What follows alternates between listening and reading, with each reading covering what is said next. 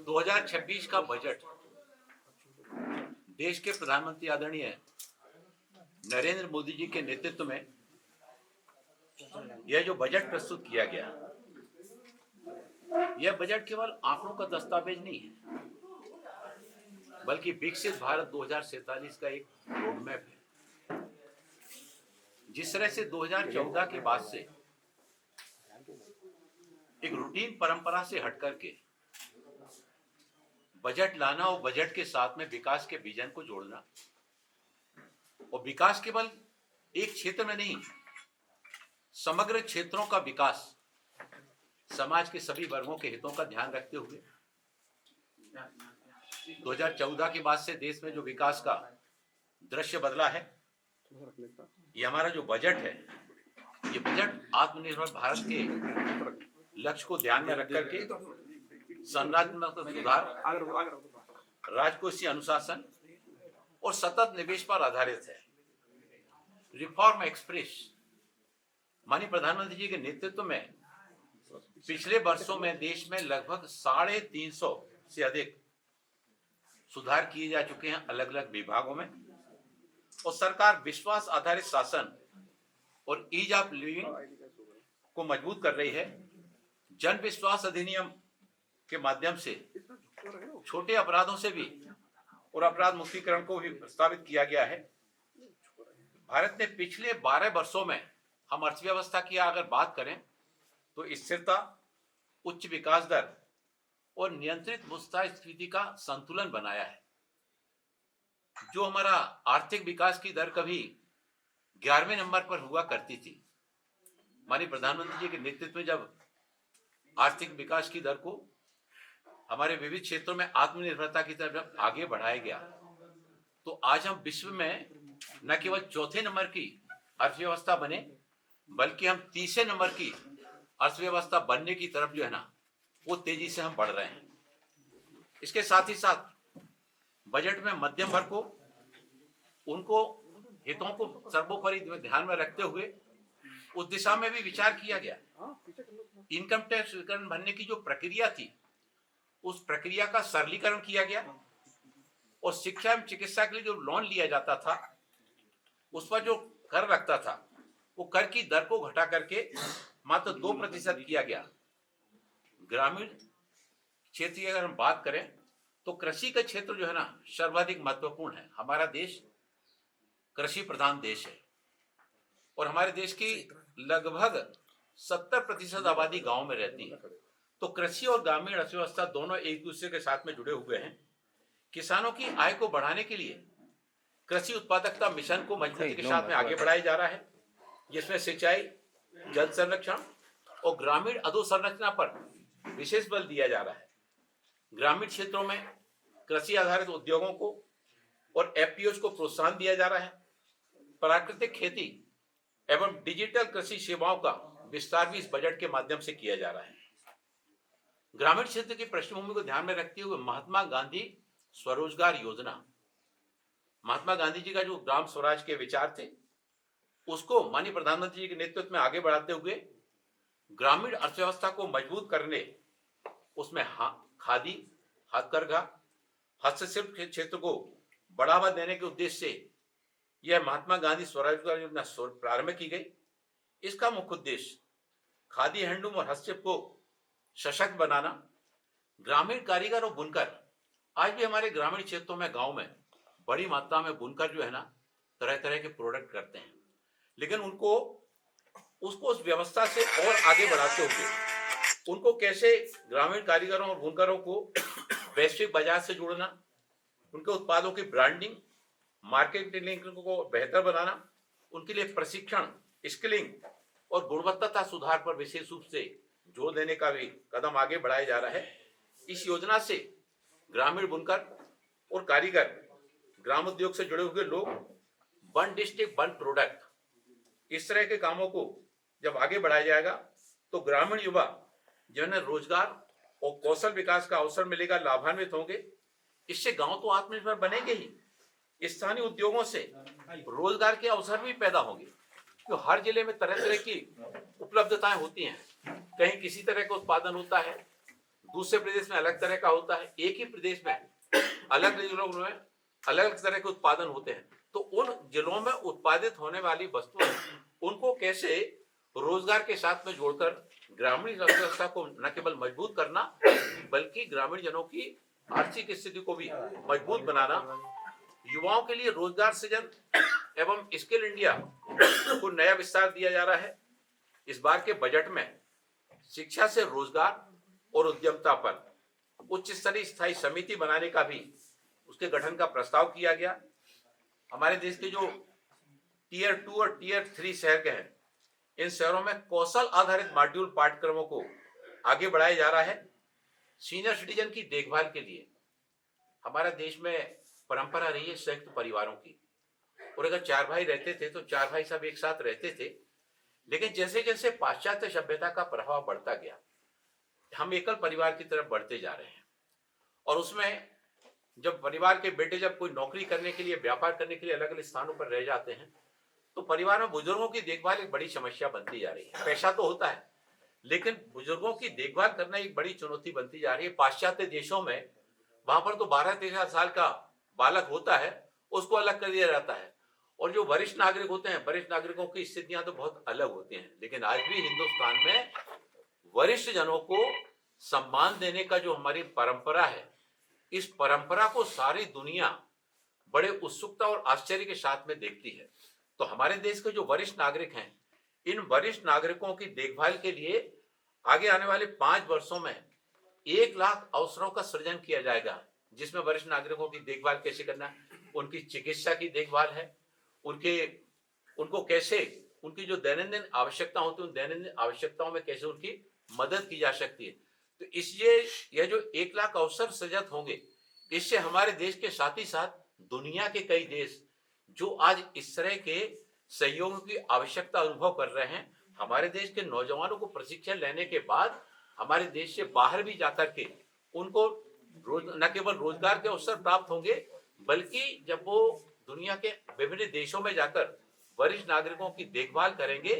तो दुनिया को एक हमारी संस्कृति का संदेश पहुंचाने की दिशा में भी ये एक बहुत महत्वपूर्ण कदम होगा। जी, ये 1 लाख अवसर जो कह रहे हैं आप, ये क्या आश्रय स्थल है, क्या है, इसे क्लैरिफाई करिए। 1 लाख नौजवानों को प्रशिक्षण दिया जाएगा। उस प्रशिक्षण के माध्यम से कैसे वरिष्ठ नागरिकों की देखभाल करना, कैसे उनको अलग अलग क्षेत्रों में जो है ना आवश्यकता होती है। जिन परिवार में कोई लोग उनको वरिष्ठ नागरिक घरों में रहते हैं, कोई उनको रखते हैं अस्पताल में रखते हैं, कोई घर पर ही रखते हैं, लेकिन घर पर रखते हैं, घर पर उनके कोई सदस्य नहीं होता देखभाल करने वाला। तो हमारे नौजवानों को ऐसी जिनको आवश्यकता होगी, उनको अपने घरों में भी बुला करके ऐसे नौजवानों से सेवाओं का अवसर ले सकेंगे।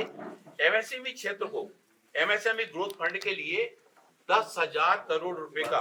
उसके लिए प्रावधान किया गया, जिससे एमएसएमई क्षेत्र जो है ना वो मजबूत होगा। और ये 10,000 करोड़ रुपए का प्रावधान किए जाने से रोजगार के भी बहुत सारे अवसरों का सृजन होगा। स्टार्टअप, नए उद्यमियों के लिए विशेष प्रोत्साहन,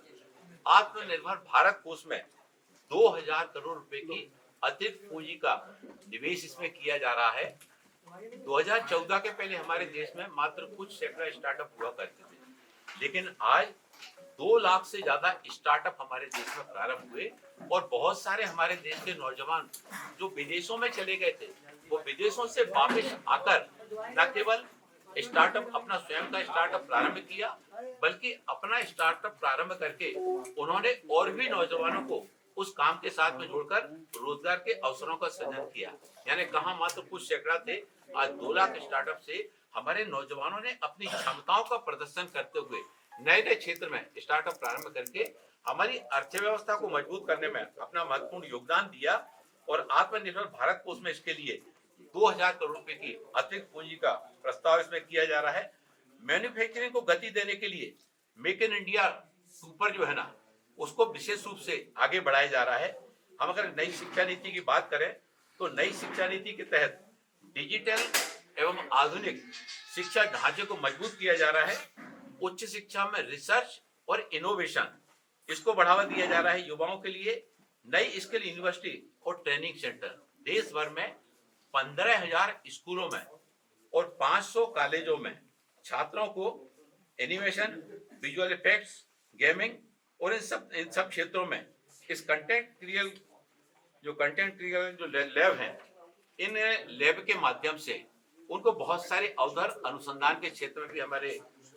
नौजवानों को प्राप्त होंगे, जिसमें 15,000 स्कूलों में ये लैब खोले जाएंगे और 500 कॉलेजों में ये लैब खोले जाएंगे। स्वास्थ्य के क्षेत्र में स्वास्थ्य सेवाओं का विस्तार किया जा रहा है, जिसमें प्राथमिक स्वास्थ्य ढांचे में निवेश को आगे बढ़ाया जा रहा है। और इस बार के बजट में सबसे जो प्रमुख उल्लेखनीय बात है कि कैंसर की ऐसी 17 दवाएं जो कैंसर रोगियों को बहुतायत मात्रा में उपयोग की जाती हैं, ऐसे कैंसर पीड़ित व्यक्तियों को ये दवाओं के 17 औषधियों पर मूल सीमा शुल्क से छूट दी जा रही है, तथा 7 अतिरिक्त दुर्लभ रोगों के लिए, ऐसे रोगों के लिए जो कठिन असाध्य माने जाते हैं, उनके लिए भी जो विदेशों से जो औषधि बुलाई जाती, दवाइयां बुलाई जाती थी, उसमें शुल्क छूट पर भी विस्तार किया जा रहा है। देश भर में 3 नए अखिल भारतीय आयुर्वेदिक संस्थान उसको आगे बढ़ाया जा रहा है। मातृ एवं बाल स्वास्थ्य कार्यक्रमों को मजबूती, हेल्थ और हमारी अधोसंरचना में आधुनिक तकनीकी का समावेश किया जा रहा है, जिससे स्वास्थ्य के क्षेत्र में उसको जो है ना काफी बल मिलेगा। सहायक स्वास्थ्य पेशेवर जो संस्थानों का उन्नयन सार्वजनिक क्षेत्रों में और निजी क्षेत्रों में दोनों में नए संस्थानों की स्थापना के साथ ही साथ 10 चयनित विधाओं में अगले 5 वर्षों में और 1 लाख से ज्यादा स्वास्थ्य पेशेवरों को प्रशिक्षण देने का काम किया जाएगा। बायोफार्मा शक्ति के लिए आगामी 5 वर्षों में 10,000 करोड़ रुपए के परिव्यय के साथ में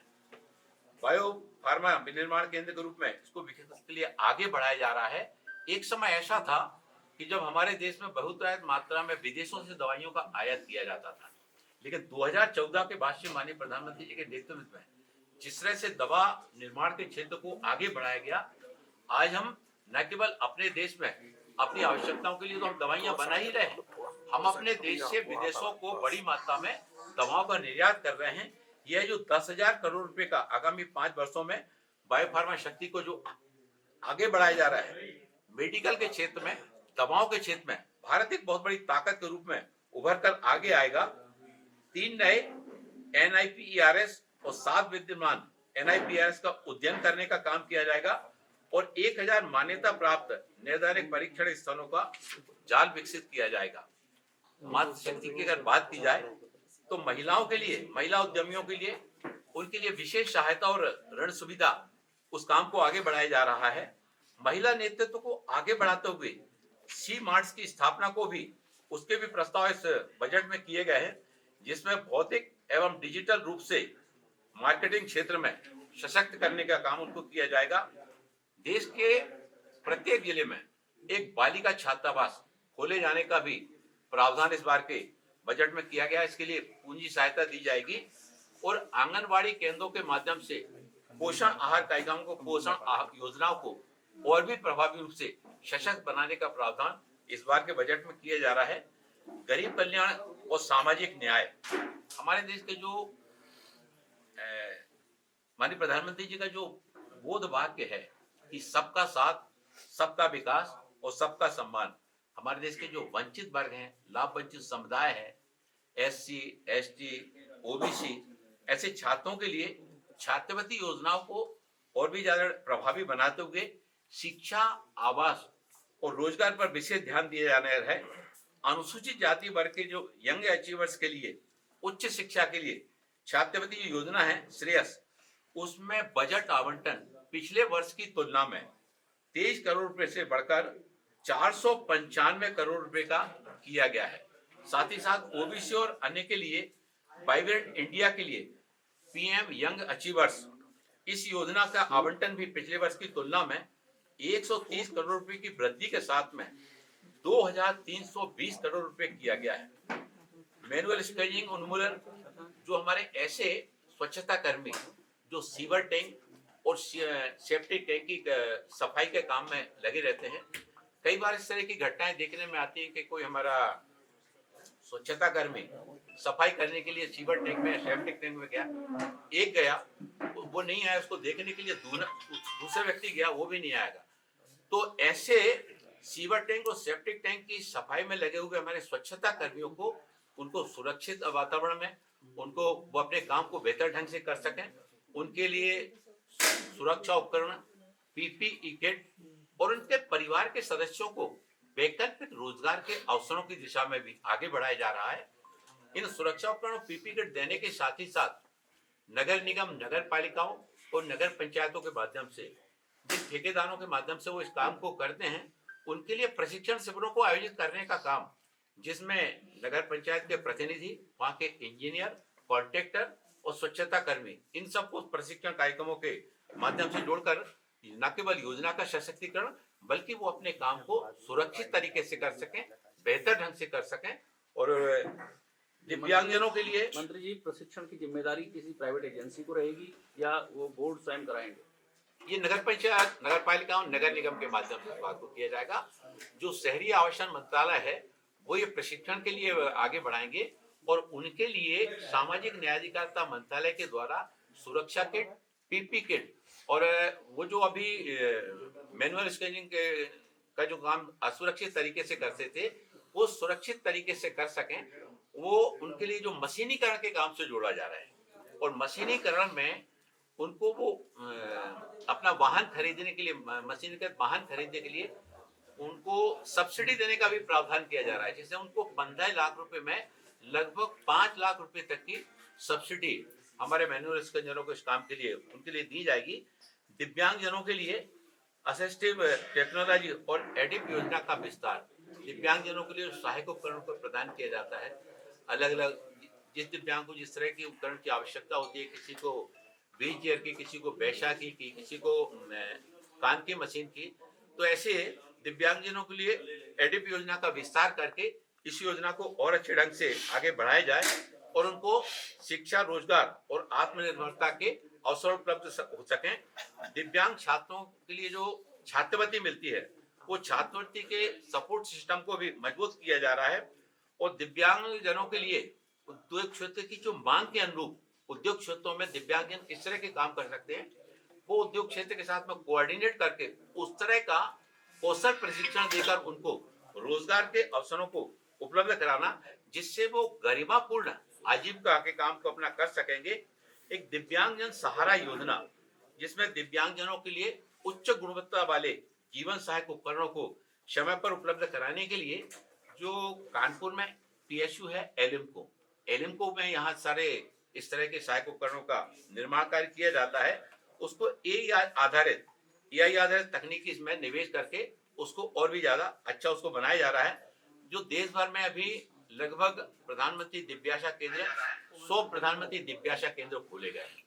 अभी दिव्यांगजनों के परीक्षण के कैंप लगते हैं, परीक्षण का कैंप लगने के बाद फिर उनको परीक्षण कैंप लग जाते हैं, फिर उनको वितरण का काम होता है। लेकिन अब इसके लिए तो उनको शीघ्र मिल सके, देश भर में प्रधानमंत्री दिव्याशा केंद्र खोलने का काम को आगे बढ़ाया जा रहा है, जिसमें 100 प्रधानमंत्री दिव्याशा केंद्र खोले गए हैं, जिसमें कि उनको अब परीक्षण शिविरों का इंतजार नहीं करना पड़ेगा। उनके समीपस्थ स्थान पर, नजदीक के स्थान पर जो प्रधानमंत्री दिव्याशा केंद्र होगा वो वहां पर जाकर अपना परीक्षण, तुरंत अपना परीक्षण करा के और अपने उनके लिए जो जिस तरह के सहायक उपकरण की आवश्यकता है वो सहायक उपकरण वो प्राप्त कर सकेंगे।